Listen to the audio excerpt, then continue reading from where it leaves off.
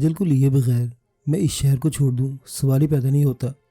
عالم شاہ اور سرمد سونے کی ہدایت پر حلیہ تبدیل کر کے گھر سے نکل تو پڑے تھے، لیکن باہر نکلتے ہی عالم نے اپنا فیصلہ سنا دیا تھا۔ جیسا آپ کا حکم سائیں۔ سرمد تو تھا ہی حکم کا غلام۔ مجھے یقین ہے کہ یہ میڈم سونیا بھی اس طرح شہر چھوڑ کر نہیں جائے گی۔ اسے ہم میں سے کسی کی پرواہ ہو یا نہیں، وہ ماس کی پرواہ ضرور ہے، اور سوال ہی پیدا نہیں ہوتا کہ وہ ماس کو یوں مشکل میں چھوڑ کر چلی جائے۔ سونیا کا ماس سے التفات عالم کی نظروں سے چھپا ہوا نہیں تھا، اس لیے اس نے بالکل درست اندازہ لگایا تھا۔ آپ نے کرنے کا کیا سوچا ہے؟ سرمد نے لاہ عمل جاننا چاہا۔ ہم یہیں کہیں رک کر سونے کے باہر نکلنے کا انتظار کریں گے اور پھر اس کا تعاقب کریں گے۔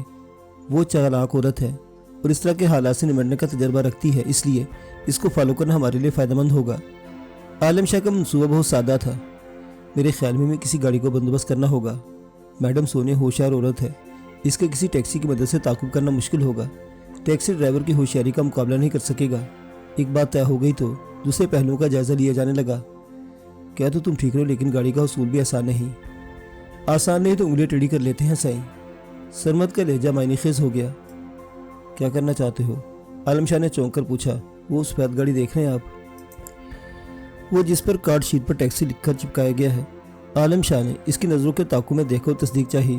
بالکل وہی سائیں، ہم اس گاڑی کو اپنے مقصد کے لیے حاصل کر سکتے ہیں۔ آپ آئیے میرے ساتھ۔ سرمد نے قدم اٹھائے تو عالم شاہ کو بھی اس کا ساتھ دینا پڑا۔ ہاں بھائی، اسپتال تک چلو گے؟ ڈرائیور گاڑی کے بونٹ پر بیٹھا سگریٹ سے شغل کر رہا تھا۔ سرمد نے قریب جا کر مخاطب کیا تو اس کی تو متوجہ ہوا۔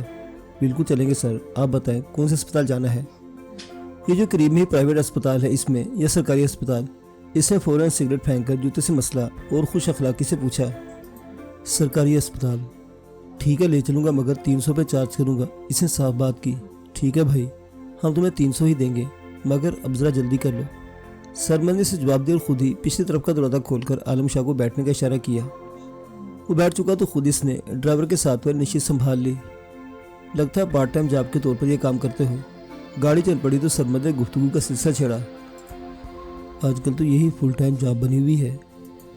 ڈاؤن سائزنگ کا شکار ہو کر 2 مہینے سے جاب لیس ہو۔ مہینہ بھر تو مختلف کمپنیوں میں نوکری کے لیے چکر لگاتے ہوئے جمع پونجی میں سے کھاتا رہا۔ پھر خیال آیا کہ اگر لمبے عرصے تک نوکری نہیں ملی تو جمع پونجی ختم ہونے کے بعد چیزیں بیچنے کی نوبت آ جائے گی۔ اچھے دنوں میں بچت کر کے ایک چھوٹی سی گاڑی لی تھی، بس اسی کو روزی روٹی کا ذریعہ بنانے کا سوچا اور کارڈ شیٹ پر ٹیکسی لکھ کر شیشے پر چپکا دیا۔ اب جاب کے دفتروں کے چکر بھی لگاتا ہوں اور کوئی پیسنجر مل جائے تو 4 پیسے بھی کما لیتا ہوں۔ مالک کا احسان ہے کہ نوکری جانے کے باوجود گھر کا گزارا چل رہا ہے۔ اس نے سرمد کے سوال کا تفصیلی جواب دیا۔ پھر تو یہ تمہاری خوش قسمتی ہے کہ تمہاری ہم سے ملاقات ہو گئی۔ کیا مطلب کہ آپ مجھے کوئی جاب دلوا سکتے ہیں؟ ڈرائیور اس کی بات سن کر چونکا اور تھوڑا سا پرجوش ہوا۔ جاب تو نہیں، مگر آج کی خدمت کا اچھا معاوضہ دے سکتے ہیں۔ تمہیں بس تھوڑی سی تکلیف اٹھانا پڑے گی۔ کیسی تکلیف؟ سرمد کی بات سن کر الجھن میں سر ہلایا۔ تمہیں اپنے ہاتھ پیر بندھوا کر گاڑی کے پچھلے حصے میں پڑا رہنا ہوگا۔ ہم جب تمہاری گاڑی چھوڑ کر جائیں گے تو تمہیں اتنی رقم دیں گے کہ تم مہینہ بھر کام کر کے بمشکل اتنا کما سکو گے۔ یہ کیسی باتیں کر رہے ہیں آپ؟ اس نے سرمد کی باتوں پر لہجہ تیز کر کے اپنی خفگی کا اظہار کرنا چاہا، لیکن اس کی آواز کی لرزی سے ظاہر تھا کہ وہ خوفزدہ ہو چکا ہے۔ ہر اس شریف آدمی کی طرح جو لگی بلی زندگی گزارتا اپنے حال سے مطمئن ہوتا ہے، اس زندگی کے کسی موڑ پر اگر کوئی غیر معمولی صورتحال پیش آ جائے تو گھبرا جاتا ہے۔ ہم جیسی بھی باتیں کر رہے ہیں، تم اس پوزیشن میں نہیں ہو کہ انکار کر سکو۔ سرمد نے اپنا ریوالور نکال کر اس کے زانوں سے چھوتے سے بابل کرا۔ یہ کیا ہے؟ وہ بیچارہ گھبرا گیا۔ یہ وہ ہے جو اس وقت تک بے ضرر رہتا ہے جب تک بات مانی جاتی رہے، نافرمانی کی صورت میں یہ باغی ہو جاتا ہے۔ سرمد نے اس ڈرے ہوئے آدمی کو مزید ڈرایا۔ میں تمہاری ہر بات مانوں گا، بس اسے دور کر لو۔ اس بیچارے کی گیگی بن گئی۔ گاڑی کو سائڈ میں روک لو اور ادھر کر پیچھے سیٹ پر جاؤ۔ خبردار بھاگنے کی کوشش مت کرنا، میرا نشانہ بہت اچھا ہے، میں یہیں بیٹھے بیٹھے تمہاری کھوپڑی اڑا سکتا ہوں۔ سرمد اس کے خوف کا بھرپور فائدہ اٹھاتے ہوئے اس کو ڈرا ڈرا کر اپنی ہر بات منوا رہا تھا۔ تم گاڑی چلاؤ، اسے میں ہینڈل کر لوں گا۔ ڈرائیور اتر کر پچھلی سیٹ پر چلا گیا تو عالم شاہ نے سرمد کو تاکید کی۔ سرمد ذرا سا ہچکچایا، لیکن پھر عالم کی بات مان لی۔ تھوڑی ہی دیر میں وہ اتنی دور نکل آئے تھے کہ سونیا کی نگرانی ممکن نہیں رہی تھی۔ اگر مزید دیر ہو جاتی تو اندیشہ تھا کہ سونیا نکل جائے گی اور انہیں خبر بھی نہیں ہو سکے گی۔ اس نے گاڑی موڑ کر واپسی کی راہ اختیار کی تو عالم شاہ اپنی کارروائی شروع کر چکا تھا۔ اس نے ڈرائیور کی قمیض اتروا کر اسی سے پٹیاں پھاڑنے کا کام کا آغاز کر دیا تھا۔ اب وہ غریب پینٹ بنیان پہنے اپنی قمیض کو اپنے ہاتھوں سے ٹکڑوں میں تبدیل کر رہا تھا۔ یقین کرو دوست، ہم برے لوگ نہیں، بس ہماری تھوڑی سی مجبوری ہے۔ تمہیں یہ جو تکلیف پہنچ رہی ہے اس کی ہم پوری اجرت دیں گے۔ اس نے سونے سے ملنے والے نوٹوں کی گڈی ڈرائیور کی گود میں رکھ دی۔ یک مشت اتنی ساری رقم دیکھ کر پہلے اس کی آنکھیں پھٹی رہ گئی، پھر رضاکارانہ طور پر خود کو بندھوانے کے لیے تیار ہو گیا۔ اس کے ہاتھ پیر باندھنے کے بعد ساتھ ساتھ عالم نے اس کے منہ پر بھی کپڑے کا گولا ٹھونسا اور پھر اسے نشست سے نیچے لڑکا دیا۔ جتنی دیر میں یہ کام نمٹا وہ واپس اسی علاقے میں پہنچ چکے تھے جہاں ایک گھر میں سونیا موجود تھی۔ ذرا رونڈ مار کر دیکھ لو کہ وہ لوگ نکل تو نہیں گئے۔ اگرچہ نے ڈرائیور کو قابو کر کے گاڑی حاصل کرنے میں بہت زیادہ دقت نہیں ہوئی تھی، پھر بھی عالم شاہ نے چاہا کہ اپنی تسلی کر لے۔ اس کی خواہش پر سرمد نے گلی کا چکر لگایا۔ جیکی کی گاڑی موجود تھی اس لیے اطمینان ہو گیا کہ وہ لوگ ابھی موجود ہیں۔ وہ ایک مناسب جگہ رک کر انتظار کرنے لگے۔ اس بار انتظار زیادہ طویل ثابت نہیں ہوا۔ انہوں نے سونے کو بدلے ہولیے میں جیکی کے ساتھ جاتے دیکھا اور احتیاط سے ان کی گاڑی کا تعاقب شروع کر دیا۔ درمیانی فاصلہ زیادہ رکھنے کے باعث تھوڑی سی تشویش تو تھی کہ کہیں وہ لوگ ہاتھ سے نکل نہ جائیں، لیکن خود کو پوشیدہ رکھنے کے لیے یہ احتیاط ضروری تھی۔ خوش قسمتی رہی کہ ان لوگوں نے سفر کے لیے زیادہ پرپیچ راستے اختیار نہیں کیے، کیوں وہ پریشانی نہیں ہوئی۔ دیکھا، میں نے کہا تھا نا کہ یہ شہر چھوڑ کر نہیں جائے گی۔ سونیا جیکی ایک اپارٹمنٹ بلڈنگ میں جاتے دکھائی دیے تو عالم شاہ بول اٹھا، بالکل صحیح، سرمد نے کہا۔ پھر گاڑی سے اترتے ہوئے بولا، میں ذرا معلومات لے کر آتا ہوں کہ دونوں کہاں ٹھہرے ہوئے ہیں۔ ٹھیک ہے، جاؤ۔ عالم شاہ نے اسے اجازت دی اور خود ایک سگریٹ سلگا کر اس کے کش لینے لگا۔ وہ جس جگہ گاڑی روک کر کھڑے تھے وہاں سے عمارت کا مرکزی دروازہ صاف دکھائی دے رہا تھا۔ 15-20 منٹ انتظار کی کوفت اٹھانے کے بعد اسے سرمد واپس آتا دکھائی دیا۔ سب معلوم کر کے آیا ہوں سائی، اور ساتھ ان کے سامنے والے فلیٹ میں جگہ بھی حاصل کر لی ہے۔ وہ اپنی کارگزاری پر خوش تھا۔ یہ تو زبردست کام کیا، اور تم نے کیا کیسے؟ عالم شاہ نے بھی خوشی کا مظاہرہ کیا۔ تھوڑے نوٹ خرچ کیے تو چوکیدار قابو میں آ گئے اور ساری مشکلیں آسان۔ اس نے دانت نکالتے ہوئے بتایا، کام تو تم نے اچھا کیا، لیکن اس کا کیا کریں گے؟ عالم نے اپنے قدموں کے پاس پڑے ٹیکسی ڈرائیور کی طرف دیکھا۔ اس کو سمجھا بجھا کر اندر ساتھ لے چلتے ہیں، اگر گڑبڑ کی کوشش کی تو گولی مار دیں گے۔ سرمد نے دانستہ آخری الفاظ تیز آواز میں ادا کیے۔ سن لیا تم نے، اب بتاؤ کیا ارادے ہیں؟ عالم شاہ نے جھک کر قدموں میں پڑے ڈرائیور سے مخاطب ہوا۔ اس نے جلدی سر ہلاتے اپنی رضامندی کا اندیا دیا۔ عالم شاہ نے اس کی بندشیں کھول کر منہ میں ٹھوسا کپڑا بھی باہر نکال دیا۔ وہ لمبی سانس لیتا اٹھ بیٹھا۔ شرط تو ہے نہیں اس کے پاس، صرف بنیان پہنے ہوئے ہے، کوئی مسئلہ نہیں ہے سائیں۔ اس بلڈنگ میں زیادہ تر مزدور پیشہ لوگ رہ رہے ہیں اور وہ ہر طرح کی حلیے میں گھومتے پھرتے ہیں۔ سرمد نے تسلی دی تو وہ لوگ بلڈنگ کی طرف چل پڑے۔ سرمد چابی پہلے حاصل کر چکا تھا، چنانچہ وہ لوگ سیدھے اپارٹمنٹ میں پہنچ گئے۔ قدرے میلے اور بے سر و سامان اپارٹمنٹ تھا، لیکن باہر گاڑی میں رات گزارنے کے مقابلے میں بہتر تھا۔ میں کچھ کھانے پینے کے لے کر آتا ہوں۔ سرمد انہیں چھوڑ کر باہر نکل گیا۔ آپ لوگ کون ہیں؟ خاموشی سے کونے میں بیٹھے ڈرائیور نے ہمت کر کے عالم سے پوچھا۔ ہم جو بھی ہیں، تم یہ بھروسہ رکھو کہ جب تک تم ہمارے لیے خطرہ نہیں بنو گے ہماری ذات سے تمہیں کوئی نقصان نہیں پہنچے گا۔ رقم میں تمہیں دے چکا ہوں، رات بھر کی کوفت، یہ سوچ کر برداشت کر لو کہ تمہیں اسی کوفت کا معاوضہ دیا گیا ہے۔ عالم نے سنجیدگی سے اس کے سوال کا جواب دیا۔ شاید کسی ذاتی دشمنی کا معاملہ ہے، ویسے دیکھنے میں تو آپ لوگ مجھے جرائم پیشہ نہیں لگتے۔ ڈرائیور نے اندازہ لگایا، جس کی تصدیق یا تردید کی عالم شاہ نے ضرورت نہ سمجھی۔ اسی وقت اسے باہر کچھ کھٹپٹ سنائی دی تو تیز اٹھ کر دروازے تک گیا اور ڈور آئی سے باہر جھانکا۔ اسے جیکی اپارٹمنٹ سے نکل کر سلیو کی جانب جاتا دکھائی دیا۔ کیا مجھے اس کے پیچھے جانا چاہیے؟ اس نے ایک لمحے کے لیے سوچا، لیکن پھر واپس مڑ گیا۔